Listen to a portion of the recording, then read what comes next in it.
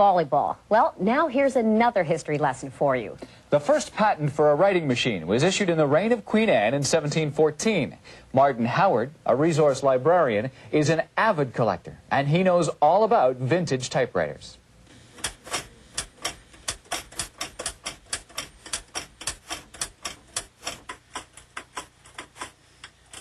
You're a collector of typewriters. You've met one. Here I am. Late 19th century typewriters. That's right, 1880s, 1890s. How long have you been doing that? 13 years, but I think that's good luck. Yeah. And why typewriters of all things to collect? Well, I actually wasn't sure what mechanical thing to collect. I had come across a wonderful old piece of telegraphic equipment called an omnograph, which is makes a Morse code sound, and it's for learning Morse code. I enjoyed restoring it so much back then.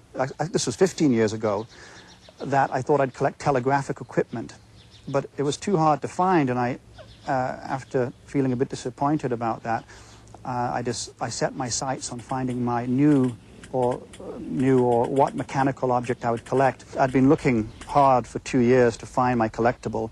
It was always on my mind. I enjoyed going into antique shops, and then after 2 years, there it was in a pile of junk. It was more of a junk shop than an antique shop, and on top of one of the piles was this early typewriter, very strange. I'd never seen anything like it before, and it was from the early 1880s, called the Calligraph.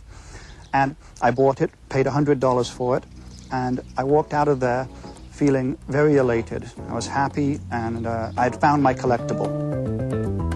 I'm collecting the first ones that came out in the global market in the 1880s, 1890s. It was the Wild West of typewriters, and you wouldn't believe some of the strange models that came out then, and it's the unusual ones that captivate my interest.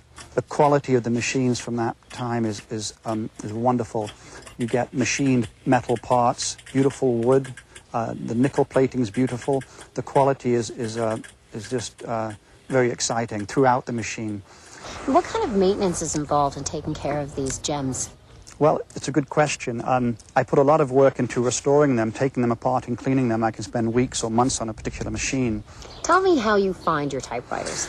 Well, I mentioned about the telegraphic equipment being hard to find. Typewriters aren't easy. There's no one great source for finding these things. A lot of looking around. I have a collector's card. I actually sent my collector's card out with a letter to all the surviving typewriter shops in North America about 5 years ago. 800 letters I sent out, including Hawaii. So I sent all these letters out, 800-odd letters, and I only got 5 phone calls. Just 5 phone calls. So you really have to work hard. But out of those 5 phone calls, I was able to acquire a machine called a Harmonia, which is a wonderful typewriter, and it was all worthwhile. That's a great class of machine called index typewriters, and they proliferated in the 1890s. What's your favorite piece? I have a few that I'm very fond of. It's not necessarily rarity, but the beauty of the machine. It so happens that my favorite one is in fact quite rare and very beautiful at the same time.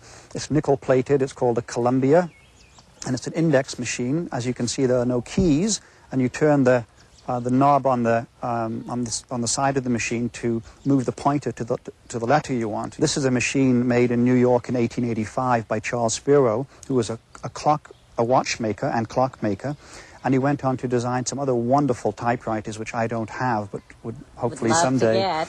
But this Columbia is the 3rd typewriter on the market, so historically it's very important. How much would these typewriters be worth? There's a full range here.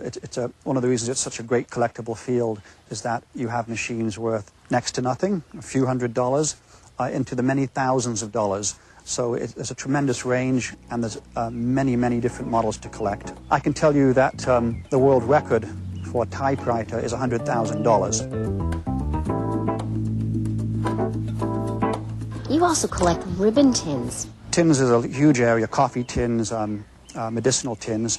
And I collect ribbon tins. There's thousands of different styles, some wonderful pictures on them, geisha girls, plants, aeroplanes, and there's people out there who collect just ribbon tins.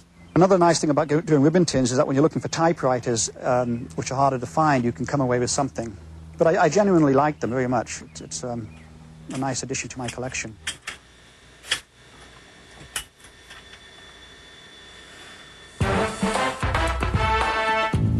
I think we could all tell that Martin is exceptionally passionate about his collection. Absolutely. But you know, the thing is, what I thought was a shame was that all those wonderful typewriters are located in his basement, and some of them in boxes. Right. Now, you can see them on his website. You could get more Absolutely. information there. Yeah, and also he hinted that perhaps there might be an opportunity for all of us to see them publicly sometime. Ah, well, we'll wait to hear about that one.